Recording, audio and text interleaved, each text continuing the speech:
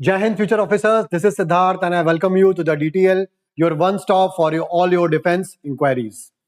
ठीक है, चलिए आज का हॉट टॉपिक उठाते हैं और बात करते हैं कि किस 5th जनरेशन फाइटर एयरक्राफ्ट को इंडियन एयरफोर्स को बाय करना चाहिए.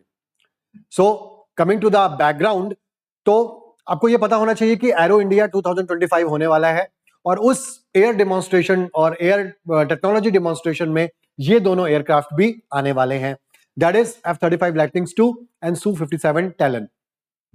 अब इंडिया को 5th जनरेशन फाइटर एयरक्राफ्ट की जरूरत क्यों है बच्चों? तो सबसे पहले ये समझते हैं. तो आपने अभी कुछ दिन पहले न्यूज में पढ़ा होगा कि पाकिस्तान एयरफोर्स के कुछ पायलट्स, चुनिंदा पायलट्स 7 से 8 महीने से चाइना गए हुए हैं और वहां पे वो J-35 जो उनका 5th जनरेशन फाइटर एयरक्राफ्ट है, जिसको अपन ब्लैक शैडो भी कहते हैं, उसमें ट्रेनिंग ले रहे हैं. और तुर्की और पाकिस्तान मिलकर के उनके 5th जनरेशन फाइटर एयरक्राफ्ट कान के लिए एक नई असेंबली लाइन बना रहे हैं. ठीक है, तो ये बात हो गई कि हमारे दुश्मन तो कितने आगे बढ़ रहे हैं. अब इंडिया का हाल देख लेते हैं. इंडिया के पास अभी करीबन, मैं तो बोलूं कि 6 एयरक्राफ्ट हैं, जिसमें से 3 हमारे पास फ्रेश हैं और 3 हमारे बहुत ही पुराने हैं. जिसमें से फर्स्ट है सुखोई 30 MKI, जिसको अपन ने काफी टाइम पहले लिया था, लेकिन अभी उसको अपन ने सुपर सुखोई बना दिया है, उसको मॉडर्नाइज कर दिया है, जिसकी वजह से अब उनकी जो लाइफ है वो 20 साल आगे बढ़ गई है. राइट, जो हमारे पास 272 के नंबर्स में है. इसके बाद आता है रफेल जो 36 है, जिसको अपन ने फ्रांस से खरीदा है. और उसके बाद आता है क्या बोलते हैं हमारा स्वदेशी तेजस, जो हमारे पास 18 से 20 के नंबर्स में है. इसके बाद जो हमारे एयरक्राफ्ट हैं वो काफी पुराने हैं, जिसको अपन ने 60s, 70s और 80s के डेकेड्स में लिया था. मिराज 2000, जैगुआर और मिग 29, मिग 21 भी है, जिसकी 2 स्क्वाड्रन्स हैं. अब हमारे पास देखा जाए तो 31 स्क्वाड्रन्स हैं हमारे पास. बच्चों 31 स्क्वाड्रन से कुछ नहीं होगा, क्योंकि हमारे पास चाइना हमारा दुश्मन है, पाकिस्तान हमारा दुश्मन है और एक दुश्मन और तैयार हो गया है, जो है बांग्लादेश. तो हमें इन सब से निपटने के लिए हमें कम से कम 50 स्क्वाड्रन्स की जरूरत है. राइट, 50 तगड़ी स्क्वाड्रन होगी हमारे पास और एक स्क्वाड्रन में 18 से लेकर के 20 एयरक्राफ्ट तक होते हैं. तो आज के टाइम पे हमें 50 स्क्वाड्रन्स की जरूरत है. अब बात करते हैं बच्चों कि हमारे पास 3 ऑप्शन है. पहले कुछ बोल रहे थे कि हम वापस से रफेल ले लेते हैं. तो बच्चों वापस से रफेल लेने में प्रॉब्लम है, क्योंकि जो डसॉल्ट की असेंबली लाइन है, जो वो मैन्युफैक्चरिंग है, वो ऑलरेडी बुक हो चुकी है. कई सारे देश जैसे ग्रीस हो गया, जैसे दुबई हो गया, UAE हो गया, वो क्या कर रहा है, उन्होंने ऑलरेडी अपने ऑर्डर्स दे रखे हैं. इसके बाद हमारे पास एक और ऑप्शन है यूरोफाइटर टाइफून, लेकिन उसकी असेंबली लाइन अभी तक बंद पड़ी थी. लेकिन अभी स्पेन ने कुछ यूरोफाइटर टाइफून्स खरीदने के लिए बोला है, तो उसमें भी अब काफी टाइम उनके असेंबली लाइन में लग जाएगा. और यूरोफाइटर टाइफून काफी महंगे थे और तो हमें लेने की जरूरत उसको नहीं थी. ठीक है, अब हमारे पास आता है एमका, हमारा खुद का, जो 5th जनरेशन फाइटर एयरक्राफ्ट हम बनाने की कोशिश कर रहे हैं. लेकिन उसमें DRDO के ऑफिशियल्स ने बोला है कि हमें कम से कम 10 साल का टाइम लगेगा प्रोटोटाइप एयरक्राफ्ट लाने में.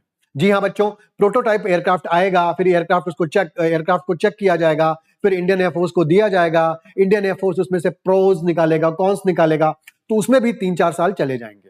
तो हमारे एक्चुअली मैन्युफैक्चरिंग में एमका में हमारे 2038 या 2040 तक तो टाइम लग ही जाएगा. राइट, तो एमका तो टाइम के साथ आएगा, इतनी जल्दी तो आएगा नहीं. तो उस गैप को फिल करने के लिए हमारे पास 2 चॉइसेस हैं. सबसे पहली चॉइस है बच्चों F-35 लाइटनिंग्स. F-35 लाइटनिंग्स के बारे में बता दूं कि इसको किसने बनाया है. यूनाइटेड स्टेट्स ने बनाया है, और ये यूनाइटेड स्टेट्स की पूरी एविएशन हिस्ट्री का सबसे महंगा प्रोजेक्ट है. इसमें यूनाइटेड स्टेट्स ने कितने रुपए खर्च किए? $30 बिलियन. कितने बच्चों? $30 बिलियन. तो ये हमको US एयरक्राफ्ट हमें मिल रहा है.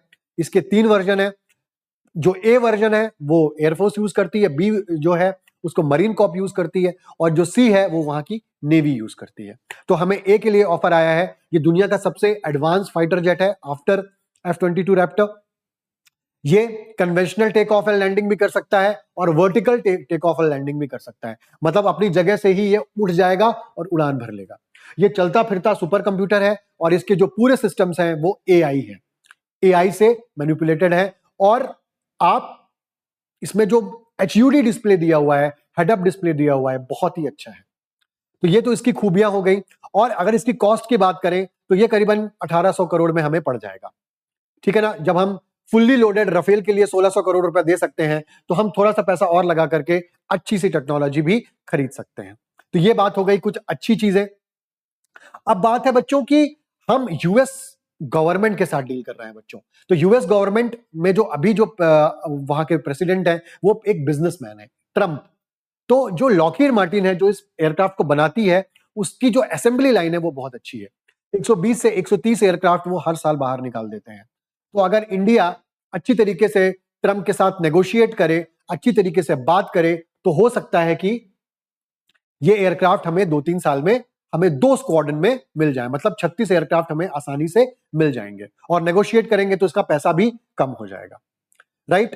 तो ये उसके एक अच्छी सी चीजें हो गई। अब बुरी चीजें मैं आपको बता देता हूं कि इंडिया ने जब S-400 डिफेंस मिसाइल सिस्टम खरीदा था, उसके लिए क्या बोला गया था कि अमेरिका ने बोला था कि जो भी देश S-400 खरीदेगा उसको हम F-35 नहीं देंगे, लेकिन इंडिया इसमें से एक एक्सेप्शन हो सकता है। दूसरी चीज ये थी बच्चों कि F-35 को हमारे इंडियन सिस्टम में लाना थोड़ा सा डिफिकल्ट है, बिकॉज हमारे जो पूरे सिस्टम्स हैं बच्चों वो रशियन है, रशियन टर्मिनोलॉजी से भरे हुए हैं, रशियन सपोर्ट सिस्टम से भरे हुए हैं, और इंडिया ने कभी भी यूनाइटेड स्टेट्स का फाइटर जेट अपनी फ्लीट में नहीं लाया है।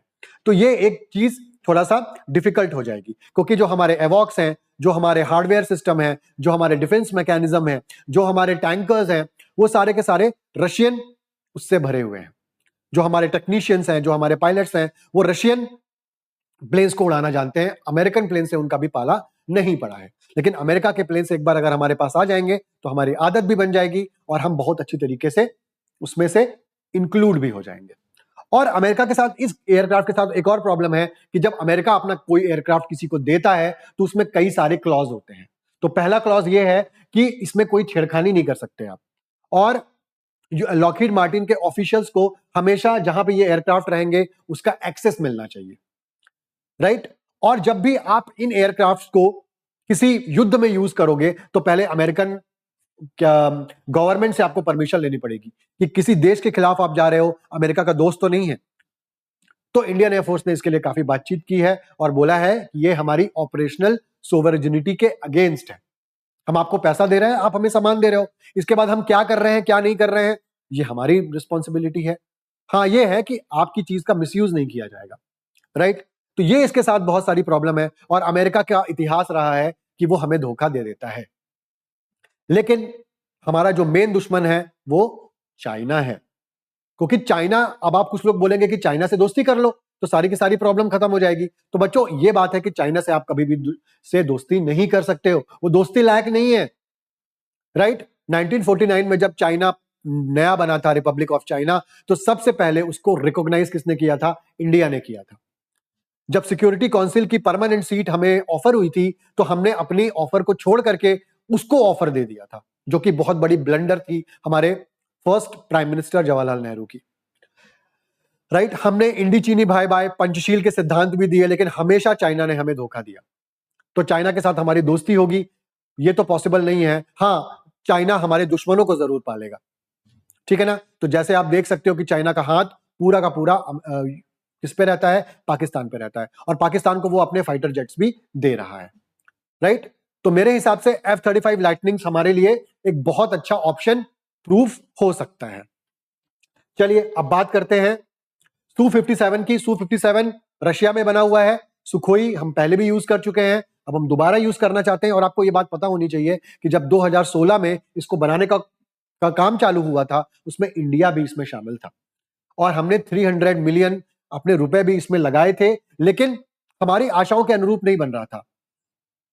रशिया हमारा पैसा तो यूज कर रहा था, लेकिन ये हमारे साथ मिलकर के नहीं बना रहा था, हमारे अकॉर्डिंगली नहीं बना रहा था, हमारे स्पेसिफिकेशंस को ये देख करके नहीं बनाया जा रहा था। तो इंडिया ने उससे हाथ खींच लिए और उसने बोला कि हम अपना खुद बनाएंगे। लेकिन अब रशिया क्या बोल रहा है कि आप हमसे ये विमान खरीद लो। लेकिन इंडिया ने कई सारी चीजें बोली हैं। पहला तो यह है कि इसका जो इंजन लगा हुआ है वो हमें दूसरा इंजन चाहिए, हमें नया वाला AL-51 इंजन चाहिए जो 50 डिग्री ऊपर और 50 डिग्री नीचे रहता है, और उसका जो आफ्टर बर्नर है वो छुपा हुआ रहेगा, क्योंकि अगर ऐसा आफ्टर बर्नर रहेगा तो उसका इंफ्रारेड सिग्नेचर आराम से मिसाइलों को बुला लेगा और ये 5th जनरेशन फाइटर एयरक्राफ्ट फिर रह ही नहीं जाएगा। तो और जो आगे का जो इंटेक है, एयर इंटेक है, उसको छोटा बनाओ, उसके अंदर का पंखा नहीं दिखना चाहिए और सर्पेंटाइन स्ट्रक्चर में बना हुआ होना चाहिए, राइट। तो इंडिया ने कई सारे मॉडिफिकेशंस इसके लिए बोले हैं। ये सस्ता है लेकिन इसके बहुत अच्छे चांसेस हैं लेने के, लेकिन बुरे ज्यादा हैं, क्योंकि आपको मालूम होना चाहिए कि रशिया और चाइना बहुत अच्छे दोस्त हैं। 1962 का वॉर हुआ था जब इंडिया और चाइना के बीच में, तो रशिया ने हमारा साथ ना दे करके चाइना का साथ दिया था, और फ्यूचर में भी कभी ऐसा कुछ होगा तो वो चाइना का ही साथ देगा, वो हमारा साथ नहीं देगा, राइट। जो चाइना है वो रशियन एयरक्राफ्ट की ही रिवर्स इंजीनियरिंग करके उसको वापस से बना लेता है। तो चाइना को बहुत कुछ Su-57 के बारे में ऑलरेडी पता होगा, उसकी खामियां, उसकी क्वालिटी, सब कुछ उसको पता होगा, तो हम ये रिस्क नहीं ले सकते हैं, राइट। और दूसरी बात है कि रशिया की जो असेंबली लाइन है वो इतनी अच्छी नहीं है, वो हमें लिमिटेड टाइम पे बना करके नहीं दे पाएगा, जैसा कि लॉकहीड मार्टिन हमारे लिए कर सकता है, राइट। रशिया का अभी वॉर भी चल रहा है यूक्रेन के साथ, कई सारे सैंक्शंस भी लगे हुए हैं, तो कई सारे इसके जो पार्ट्स हैं वो चाइनीज हैं, और आप चाइनीज पार्ट्स अपने एयरक्राफ्ट में लगाओगे तो आप भगवान भरोसे हो, चले तो चांद तक, नहीं तो रात तक। तो हम ये डिफिकल्टी नहीं उठा सकते हैं, लेकिन फिर भी जो हार्डकोर रशियन फैंस हैं वो तो बोलेंगे इसके साथ ही जाना है, लेकिन मेरे हिसाब से अब हमें अमेरिका की तरफ जाना चाहिए, क्योंकि यहां पे हमारा दुश्मन पाकिस्तान नहीं है, पाकिस्तान को तो मैं दुश्मन भी कंसीडर नहीं करता हूं। हमारा जो सबसे अच्छा, सबसे बड़ा दुश्मन है वो है चाइना, और चाइना रशिया एक दूसरे के भाई बहन है, वो एक दूसरे के अगेंस्ट नहीं जाएंगे। अब बात हो रही है कि हमारे प्राइम मिनिस्टर और यूएस के प्रेसिडेंट डोनाल्ड ट्रंप, वो आपस में बहुत अच्छे फ्रेंड्स हैं, राइट। तो अगर ये लोग नेगोशिएट करें, अगर जयशंकर जी, अजीत डोभाल जी इनके साथ बातचीत करें, तो हो सकता है कि ये डील बहुत जल्दी हो जाएगी और हमें 2 स्क्वाड्रन्स जल्दी से मिल जाएंगी, जिसको अपन अपने फॉरवर्ड बेसिस पे लगा पाएंगे, राइट। तो हमारे लिए बहुत ज्यादा जरूरी है, और जियोपॉलिटिकल सिस्टम के लिए भी बहुत ज्यादा जरूरी है कि हम अमेरिका की तरफ बैंक हो, क्योंकि अमेरिका ने हमें बहुत बार सपोर्ट भी किया है। 1962 के वॉर पे हमें बहुत ज्यादा हेल्प भी की थी। तो हमारे हिसाब से जो इंडियन एयरफोर्स की जो फर्स्ट चॉइस है वो होना चाहिए F-35 लाइटनिंग्स, और इंडिया को फटाफट 114 MMRCA के जो एयरक्राफ्ट्स हैं उसको भी खरीदने पर विचार करना चाहिए। लेकिन सबसे पहले हमको F-35 लाइटनिंग्स खरीद करके फटाफट, जैसे हमारा इस बार का जो डिफेंस बजट है बच्चों, वो 6,81,000 के करीब है, राइट। जिसमें से हमारे पास एक्विजिशन के लिए सिर्फ 1,90,000 करोड़ रुपए हैं। सोचिए कितना कम है। अब इस पैसे में हमें एयरफोर्स को भी ठीक करना है, नेवी को भी ठीक करना है, आर्मी को भी ठीक करना है, लेजर गाइडेड बॉम्ब्स भी लाने हैं, आईसीबीएम में भी पैसा खर्च करना है, रोबोट्स में भी पैसा खर्च करना है, हमारे एआई पे भी पैसा खर्च करना है, और नए नए एयरक्राफ्ट भी लेने हैं। तो हमें क्या चाहिए कि इस परमानेंट, इस वाले जो बजट में हमें 50 से 60,000 करोड़ का हमें F-35 लाइटनिंग उठा लेने चाहिए, और नेगोशिएशन के बाद ये काफी कम हो जाएंगे, जिससे हमारे बॉर्डर सिक्योर हो जाएंगे। और जो आए दिन हमारे जो फाइटर पायलट्स हमारे पुराने एयरक्राफ्ट में बैठ करके फैटालिटी की तरफ जा रहे हैं, मार्टरडोम को वो अटेन कर रहे हैं, वो भी कम हो जाएगा, ठीक है। तो ये बहुत ज्यादा इंपॉर्टेंट है कि हमारी एयरफोर्स को वापस से रेनोवेट किया जाए, और हमारी एयरफोर्स वापस से फिर one of the greatest air force पूरी दुनिया में बन सके। तो ये तो मेरी पसंद थी F-35 लाइटनिंग्स। आपकी क्या पसंद है? You can comment on the down below in the comment section.